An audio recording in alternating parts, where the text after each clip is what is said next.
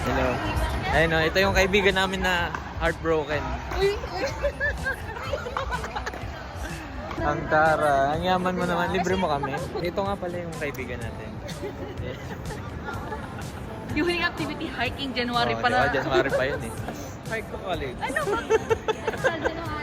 G-register na siya. Libre mo, libre mo. Oo, libre ko. Oh, yung birthday ko, May pa. Nung May pa. Tapos ngayon lang niya ako ililibre. Marami kang pera. Marami kang pera ngayon. Kaya pera. Dito na tayo sa loob ng Chandisitas. Ayun o. Pickleball. Dahil nag-fishball na lang ako eh. Hindi ko naman alam. Yung mga trentahin talaga, nagpapa-healthy living. Grabe ko naman, parang ka hindi ka 30. Birthday ko kahapon, bakit gusto mo ko batiin? 30 na kasi, ganito na, healthy living. Ganito na yung mga trip. Ganyan na yung mga trip, mga sports, ganyan. Graduate ka na sa mga ano no, mga inom-inom, ganun. Hindi pa din. Uy. At ito na ang ating court. May hollow blocks.